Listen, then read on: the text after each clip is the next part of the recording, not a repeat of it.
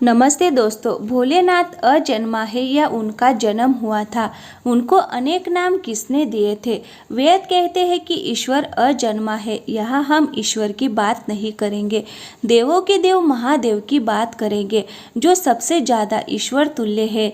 हिंदू धर्म मानता है कि ईश्वर ने कुछ भी नहीं बनाया, उसकी उपस्थिति से सब कुछ स्वतः ही बनता गया।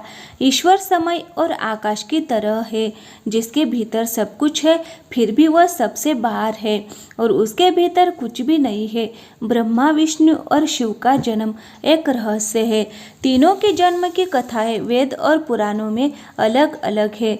उनके अलग अलग होने का कारण ये है कि जो शिव को मानते हैं वो शिव को ही केंद्र में रखकर अपना दर्शन करते हैं, और जो विष्णु को मानते हैं वो विष्णु को केंद्र में रखते हैं। लेकिन सभी पुराण इस बात पर तो सहमत है कि शिव ने ब्रह्मा के पुत्र दक्ष की पुत्री सती और विष्णु ने ब्रह्मा के पुत्र भृगु की पुत्री लक्ष्मी से विवाह किया था। ऐसे में सभी तरह की अलंकारिक और श्रृंगारिक कथाओं के रहस्य को समझना जरूरी है। अलग अलग पुराणों में भगवान शिव और विष्णु के जन्म के विषय में कई कथाएं प्रचलित है। शिव पुराण के अनुसार भगवान शिव को स्वयंभू माना गया है, जबकि विष्णु पुराण के अनुसार भगवान विष्णु स्वयंभू है। शिव पुराण के अनुसार एक बार जब भगवान शिव अपने टखने पर अमृत मल रहे थे, तब उससे भगवान विष्णु पैदा हुए। जबकि विष्णु पुराण के अनुसार ब्रह्मा भगवान विष्णु की नाभि कमल से पैदा हुए, जबकि शिव भगवान विष्णु के माथे के तेज से उत्पन्न हुए बताए गए हैं। विष्णु पुराण के अनुसार माथे के तेज से उत्पन्न होने के कारण ही शिव हमेशा योग मुद्रा में रहते हैं। शिव के जन्म की कहानी हर कोई जानना चाहता है। श्रीमद् भागवत के अनुसार एक बार जब भगवान विष्णु और ब्रह्मा अहंकार से अभिभूत हो स्वयं को श्रेष्ठ बताते हुए लड़ रहे थे, तब एक जलते हुए खंभे जिसका कोई भी और छोर ब्रह्मा या विष्णु नहीं समझ पाए, भगवान शिव प्रकट हुए। यदि किसी का बचपन है तो निश्चित ही जन्म भी होगा और अंत भी। विष्णु पुराण में शिव के बाल रूप का वर्णन मिलता है। इसके अनुसार ब्रह्मा को एक बच्चे की जरूरत थी। उन्होंने इसके लिए तपस्या की। तब अचानक उनकी गोद में रोते हुए बालक शिव प्रकट हुए। ब्रह्मा ने बच्चे से रोने का कारण पूछा तो उसने बड़ी मासूमियत से जवाब दिया कि उसका नाम ब्रह्मा नहीं है, इसीलिए वह रो रहा है। तब ब्रह्मा ने शिव का नाम रुद्र रखा, जिसका अर्थ होता है रोने वाला। शिव तब भी चुप नहीं हुआ, इसीलिए ब्रह्मा ने उन्हें दूसरा नाम दिया, पर शिव को वह नाम भी पसंद नहीं आया और फिर भी चुप नहीं हुआ। इस तरह शिव को चुप कराने के लिए ब्रह्मा ने 8 नाम दिए और शिव 8 नामों रुद्र, शर्व, भाव, उग्र, भीम, पशुपति, ईशान और महादेव से जाने गए। शिव पुराण के अनुसार ये नाम पृथ्वी पर लिखे गए थे। शिव के इस प्रकार ब्रह्मपुत्र के रूप में जन्म लेने के पीछे भी विष्णु पुराण की एक पौराणिक कथा है। इसके अनुसार जब धरती, आकाश, पाताल समेत पूरा ब्रह्मांड जलमग्न था, तब ब्रह्मा, विष्णु और महेश, शिव के सिवा कोई भी देव या प्राणी नहीं था। तब केवल विष्णु ही जल सतह पर अपने शेष नाग पर लेटे नजर आ रहे थे। तब उनकी नाभि से कमल नाल पर ब्रह्मा जी प्रकट हुए। ब्रह्मा विष्णु जब सृष्टि के संबंध में बातें कर रहे थे तो शिव जी प्रकट हुए। ब्रह्मा ने उन्हें पहचानने से इनकार कर दिया। तब शिव के रूठ जाने के भय से भगवान विष्णु ने दिव्य दृष्टि प्रदान करी, ब्रह्मा को शिव की याद दिलाई। ब्रह्मा को अपनी गलती का एहसास हुआ और शिव से क्षमा मांगते हुए उन्होंने उनसे अपने पुत्र रूप में पैदा होने का आशीर्वाद मांगा। शिव ने ब्रह्मा की प्रार्थना स्वीकार करते हुए उन्हें ये आशीर्वाद प्रदान किया। कालांतर में विष्णु के कान के मेल से पैदा हुए मधुकैटभ राक्षसों के वध के बाद जब ब्रह्मा ने सृष्टि की रचना शुरू की तो उन्हें एक बच्चे की जरूरत पड़ी और तब उन्हें भगवान शिव का आशीर्वाद ध्यान आया। अंततः ब्रह्मा ने तपस्या की और बालक शिव बच्चे के रूप में उनकी गोद में प्रकट हुआ। भगवान शिव का विवाह ब्रह्मा के पुत्र दक्ष की पुत्री सती से हुआ था। एक बार दक्ष ने एक विशाल यज्ञ का आयोजन किया, लेकिन उन्होंने शिव व सती को निमंत्रित नहीं किया।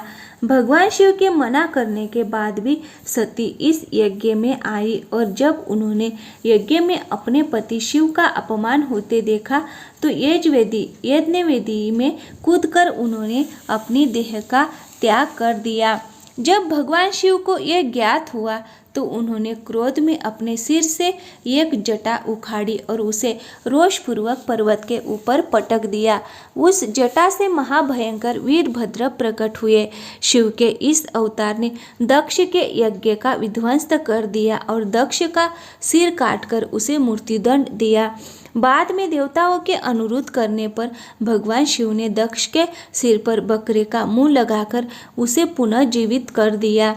वीरभद्र के अलावा शिव के 18 और अवतार हुए, जिनके नाम इस प्रकार है: पिप्पलाद, नंदी, भैरव, अश्वत्थामा, भरभावतार, गृहपति, दुर्वासा, हनुमान, ऋषभ, एतिनाथ, कृष्ण दर्शन, अवधूत, भिक्षुवर्य, सुरेश्वर, किरात, सुनट नर्तक, ब्रह्मचारी और यक्ष।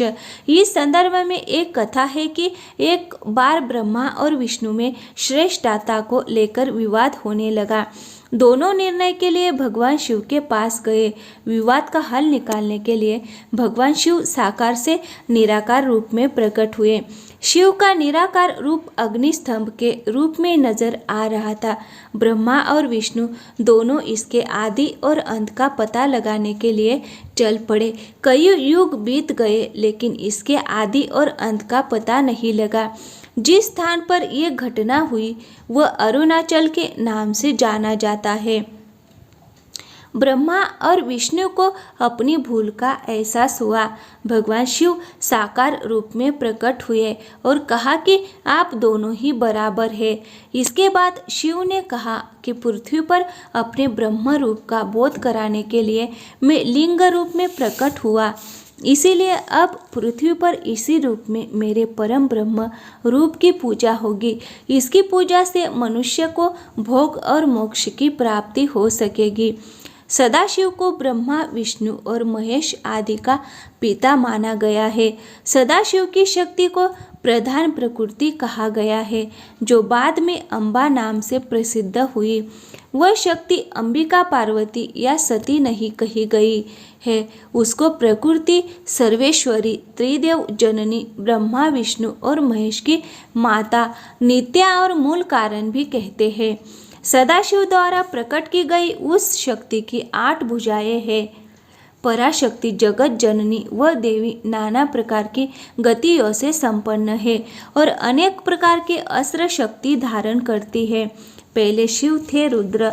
वैदिक काल के रुद्र और उनके अन्य स्वरूप तथा जीवन दर्शन को पुराणों में विस्तार मिला। वेद जिन्हें रुद्र कहते हैं, पुराण उन्हें शंकर और महेश कहते हैं। वराह काल के पूर्व के कालों में भी शिव थे। उन कालों की शिव की गाथा अलग है। देवों के देव महादेव, देवताओं की दैत्यों से प्रतिस्पर्धा चलती रहती है। ऐसे में जब भी देवताओं पर घोर संकट आता था तो वो सभी देवादिदेव महादेव के पास जाते थे। दैत्यों, राक्षसों सहित देवताओं ने भी शिव को कई बार चुनौती दी, लेकिन वो सभी परास्त होकर शिव के समक्ष झुक गए। इसीलिए शिव है देवों के देव महादेव। वह दैत्यों, दानवों और भूतों के भी प्रिय भगवान हैं। संपूर्ण धरती पर शिव का ही धर्म प्रचलित है। आदिदेव शिव और गुरु दत्तात्रेय को धर्म और योग का जनक माना गया है। शिव के 7 शिष्यों ने ही शिव के ज्ञान और धर्म को संपूर्ण धरती पर प्रचारित किया कहते हैं कि शिव ने ज्ञान योग की पहली शिक्षा अपनी पत्नी पार्वती को दी थी। दूसरी शिक्षा जो योग की थी उन्होंने केदारनाथ में कांति सरोवर के तट पर अपने पहले 7 शिष्यों को दी। थी। उन्हें ये सप्त ऋषि कहा गया जिन्होंने योग के अलग अलग आयाम बताए और ये सभी आयाम योग के 7 मूल स्वरूप हो गए। आज भी योग के ये 7 विशिष्ट स्वरूप मौजूद है। इन सप्त ऋषियों को विश्व की अलग अलग दिशाओं में भेजा गया जिससे वो योग के अपने ज्ञान को लोगों तक पहुंचा सके। कहते हैं कि एक को मध्य एशिया, एक को मध्य पूर्व एशिया वो उत्तरी अफ्रीका, एक को दक्षिण अमेरिका, एक को हिमालय के निचले क्षेत्र में, एक ऋषि को पूर्वी एशिया को, एक को दक्षिण में भारतीय उपमहाद्वीप में भेजा गया और एक आदि योगी के साथ वही रह गया। अगर उन इलाकों की संस्कृतियों पर गौर किया जाए तो आज भी इन ऋषियों के योगदान के चिन्ह वहाँ दिखाई दे जाएंगे। आज से 15 से 20 हजार वर्ष पूर्व वराह काल की शुरुआत में जब देवी देवताओं ने धरती पर कदम रखे थे तब उस काल में धरती हिम योग की चपेट में थी। इस दौरान भगवान शंकर ने धरती के केंद्र कैलाश को अपना निवास स्थान बनाया। विष्णु ने समुद्र को और ब्रह्मा ने नदी के किनारे को अपना स्थान बनाया था। पुराण कहते हैं कि जहाँ पर शिव विराजमान है उस पर्वत के ठीक नीचे पाताल लोक है जो भगवान विष्णु का स्थान है। शिव के आसन के ऊपर वायुमंडल के पार क्रमशः स्वर्गलोक और फिर ब्रह्मा जी का स्थान है, जबकि धरती पर कुछ भी नहीं था। इन तीनों से सब कुछ हो गया। वैज्ञानिकों के अनुसार तिब्बत धरती की सबसे प्राचीन भूमि है और पुरातन काल में इसके चारों ओर समुद्र हुआ करता था। फिर जब समुद्र हटा तो अन्य धरती का प्रकटन हुआ और इस तरह धीरे धीरे जीवन भी फैलता गया। सर्वप्रथम शिव ने ही धरती पर जीवन के प्रचार प्रसार का प्रयास किया, इसीलिए उन्हें आदिदेव भी कहा जाता है। आदि का अर्थ प्रारंभ, शिव को आदिनाथ भी कहा जाता है। आदिनाथ होने के कारण उनका एक नाम आदिश भी है। इस आदेश शब्द से ही आदेश शब्द बना है। नाथ साधु जब एक दूसरे से मिलते हैं तो कहते हैं आदेश शिव के अलावा ब्रह्मा और विष्णु ने संपूर्ण धरती पर जीवन की उत्पत्ति और पालन का कार्य किया। सभी ने मिलकर धरती को रहने लायक बनाया और यहाँ देवता, दैत्य, दानव, गंधर्व, यक्ष और मनुष्य की आबादी को बढ़ाया। तो दोस्तों कैसी लगी वीडियो अच्छी लगी हो तो वीडियो को लाइक करें और हमारे चैनल पर नए आए हो तो प्लीज़ चैनल को सब्सक्राइब ज़रूर करें। Thank you. धन्यवाद।